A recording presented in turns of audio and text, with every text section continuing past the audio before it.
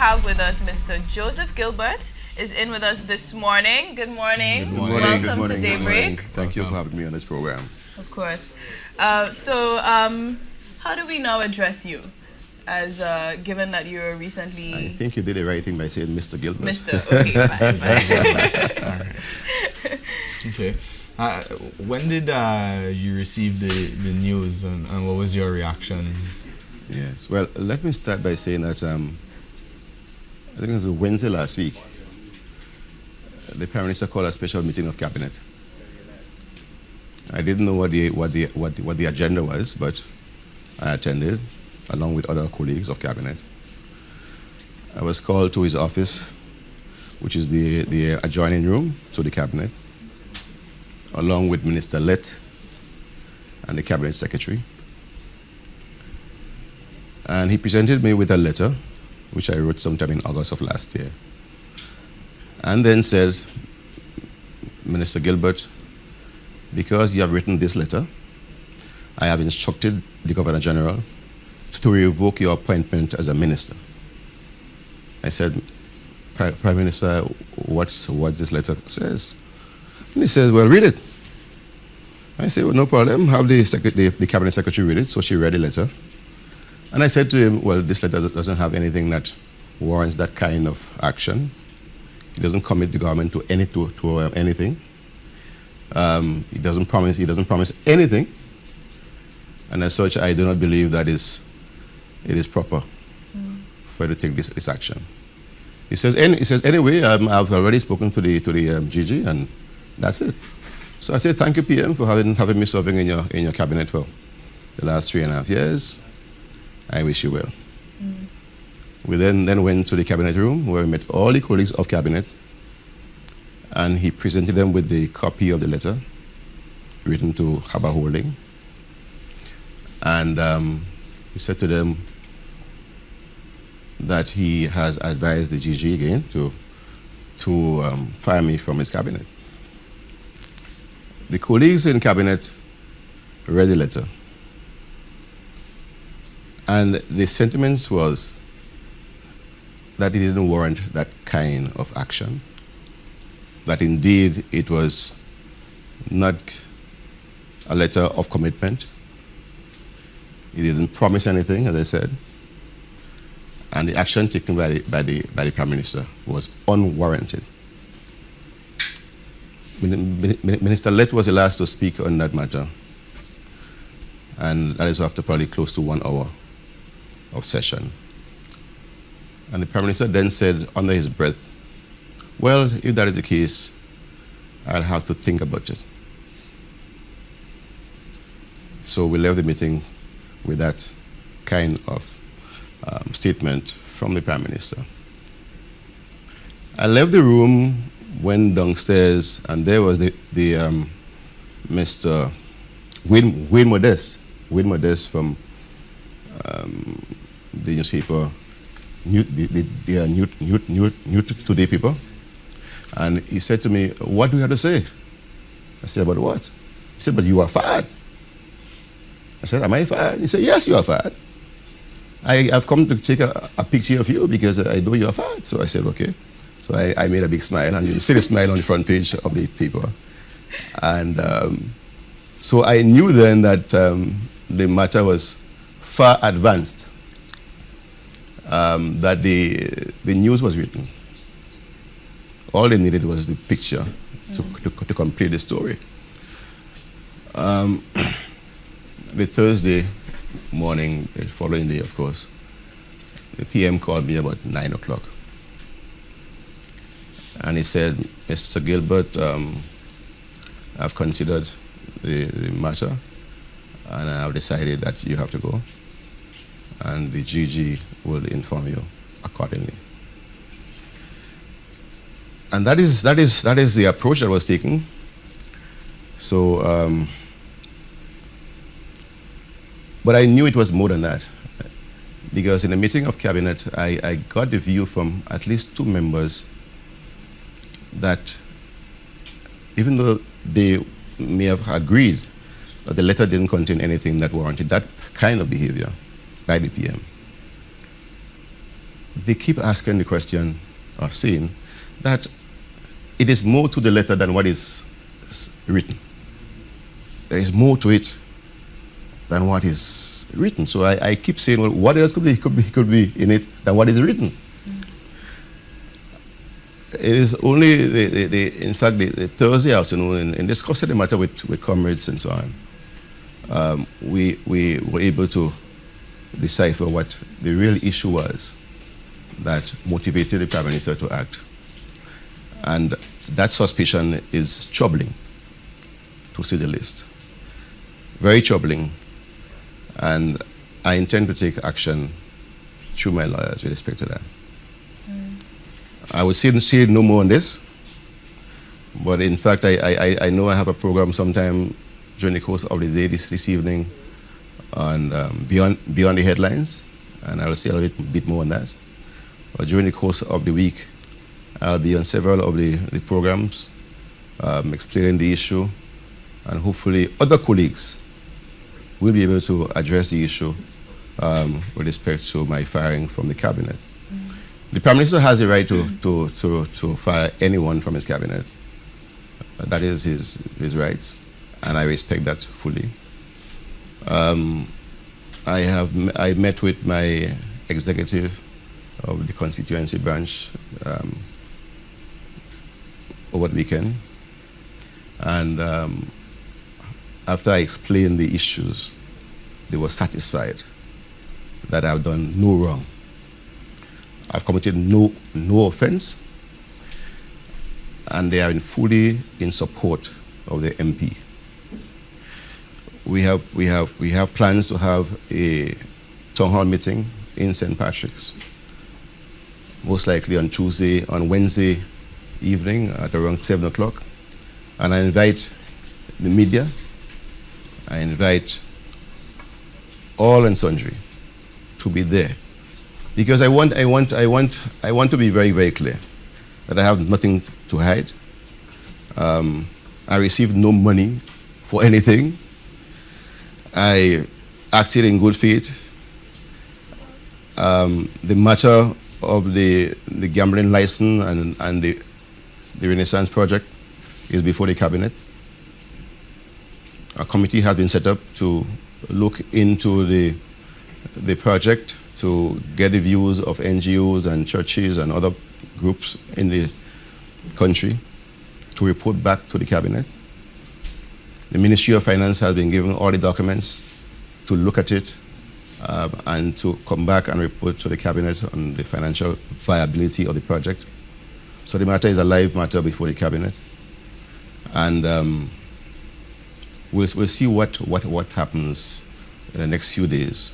But I intend to clear my name from the scourge that is being placed on my character.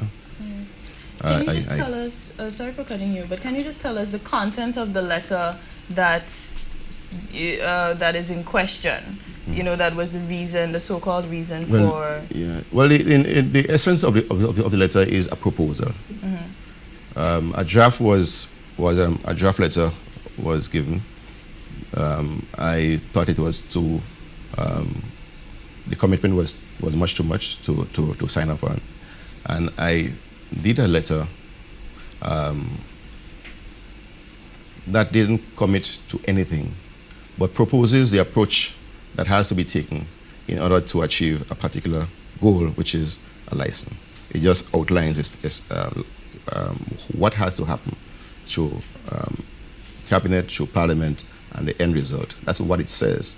But it doesn't give a commitment. It basically says, in simple words, what is proposed and how it should happen.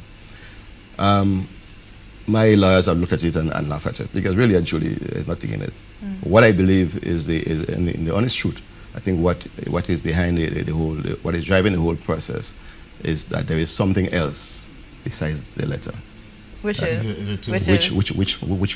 my lawyers are going to be speaking to. There's something else involved besides the letter that I wrote. And it's very troubling indeed. And if you listen to the talk shows and other things on the street, you'll be hearing those comments and so on being made. And my family is very distressed about that. Very, very distressed, and I'm very worried about the effect it is having on my children, especially my young son, who is just 13 and going to school and being harassed and so on. It's not a nice thing at all, and I have to address it. And I'm saying that tonight on the program on Beyond the Headlines, I will spend more time to look at the issue in detail, look at the letter itself, read it out, explain the letter, and then we'll begin to look at the story behind the story, because indeed there's a story behind the story that we have to speak to. And tonight I'll spend more time on that. But again, I want to say that I'm very pleased to be on this program this morning. I hope we have drawn a big audience, because people are looking and thirsty to hear what I'm saying. So I know this morning you have a bonanza, because people are really looking at and, you know. In fact, people have called me over the past couple of days, some of them crying. Those who really know me, and they say, Mr. Gilbert, I know you, and I don't believe what I'm hearing. I know you too long for that. People have been in tears, and I could feel their pain, because I feel it too from time to time. But I'm a tough guy. I mean, those who know me, I've passed through many of these similar kind of accusations and so on in the past, and I've come out shining. I've come out standing very tall. And I believe after the dust is settled in this matter, people will see me for what I am, and they will look at the other side and just see a specter. So you didn't anticipate any sort of reaction to this letter at all? Then you thought it was a standard letter. Well, I thought every day I do these letters, every single day. Was it sent or not? Was the letter? Well, the thing is, I'm not too sure, because what has happened is that Mr. White, in fact, was the one who was acting. The letter wasn't fully addressed. In fact, there is no street. There's no zip code. There wasn't anything on it that I could say, well, it was posted or so. But that was the channel that was used. But I say the issue is really not the letter at all. And we need to get down to the letter is basically a scapegoat. It's basically a smoke screen to do whatever has happened. If you listen to what is happening on the street, and we haven't heard what's happening on the street. Can you tell us? I wouldn't want to repeat what happened in the street. Okay. I don't believe in rumors. Okay. I don't believe in helping to spread the rumors. But I am saying that my lawyers are going to be handling that in due course, and hopefully you will be keeping in touch with what is happening. Right. So what would be your ideal resolution to this whole situation? What if the Prime Minister revokes your firing and he says, okay, you can come back into cabinet? Would you like that to happen, or you have some other, ideal resolution to this? That question was asked to me a couple of days ago by my branch, my executive, and my response to them was that I would have to think about it very seriously. And I'll say that to you as well. I'll have to think about it. Why would you have to think about it? I have to think, because I'm a thinker. I'm a thinker, and I need to think about it. I need to think about it. Okay. But you see, I think I need to say something too, that we have created for us a graven image. We have created in this country a golden calf, and I'm not prepared to nail down to it, and I've said so. I'm not prepared to follow anyone or anything blindly, and I've said so. That might sound to be rude for some persons, but that's my approach to life. I would not promise anyone blind loyalty. It's not in my makeup. So anyone who expects me to serve and follow blindly, I would not. The only person I will follow blindly is Christ. Okay. And I've said so. So if that is being rude, or that is taken in the light that I do not respect authority, that's up to some persons. But that's the way I see life.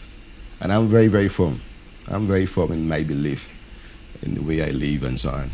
And when persons try to tarnish my character, I take it very, very seriously. That's why I left home this morning at 4:30 to be down here in time for this program. I had to drive from Sauteurs, an hour and a half to reach down here to be on time so that the public outside there could listen to the other side of the story and decide for themselves. And I'm very certain that after I have made my case, the jury outside there will set me free. I'm certain about that. Because all the persons I've spoken to, all, when I outlined to them the story, some of them cried, put the head down, shake the head, and say, no, I can't believe it. You have been hearing one side of the story. I've taken all the pressure with patience. I'm a man of great patience. I'm a man of great patience and fortitude. And I believe that probably God has given me this opportunity to unmask those who portray themselves as sheep. I believe that, honestly. And I want to thank all those people outside there who have been praying for me over the time. Praying over the phone, in various groups. I want to thank them. And I pray that God will give me the fortitude and the strength to continue to battle to victory in this whole issue. Right. How much support do you have from your colleagues, the other ministers? Extremely good support. I won't give you the numbers. I won't tell you whether it's 7, 8, or 9. But it's between 7, 8, and 9, or I wouldn't tell you that. No, but I mean, they are ready. They are ready, and they will be out. They'll be out there and so on, during the week to speak on the issues and to render the support that is necessary to clear the air on those matters. And I want to thank them too, because over the past couple of days they have been with me, and the support has been tremendous, for me and my family. And we'll see how it plays out. But I am confident that at the end of the day, when the dust is settled, I would not be tarnished. My character would be impeccable, as it has been over the years. I've passed through some challenges in the past. Eastern Main Road, I was manager there for a number of years. The government changed in 95, 96. I went through a terrible time. Terrible time. They were accused of all kinds of things. Missing money, $1 million missing after I account for it, and so on. All those things. And I stood firm, and I came out stronger than before. So I've known struggle. So I'm not afraid of struggles and so on. I've been there before. I've been accused of doing all kinds of things and so on. And at the end of the day, I've come out standing tall. This is only another opportunity for me to prove myself to the people of Grenada and show them that Joe Gilbert is a good man, a committed man, and they will judge for themselves. In the next few days, as I take to the airways, they will judge based on what I say and what I do, and they will decide for themselves. Have you ever thought of resigning before? Anytime before? I have no intention of abandoning the people of St. Patrick West. Okay. I mean, I've told them and so again that I will be with them as long as they want me, and I've been given that commitment from the executive of the constituency branch of St. Patrick, and I've told them, listen, I am not going anywhere, because that seems to be the end game that is being looked at. So you'll run again for St. Patrick's? I will. Under the NDC? I will. Under the NDC? Of course I will. Okay. That end game of having me moved from St. Patrick's West and replaced by somebody else, that wouldn't happen. Okay. That is one assurance I've given the people of St. Patrick's. It's trying times, it's difficult times, it's abuses and so on, but I'm there, I'm ready to serve, because that is what I committed to in 2003, in fact, when I decided to be a candidate for the NDC. I have not changed that. I haven't changed my mind on that. And we have so many things going for us in St. Patrick's West. We have a number of projects that are being rolled off at this point in time. So the people know that I've been trying. It's not easy in this period, when monies are scarce, but they know that I've been doing my best to serve the people of St. Patrick's West. And nothing or nobody will stop that process. So once the dust does settle on this matter, what are your plans? What's next for you?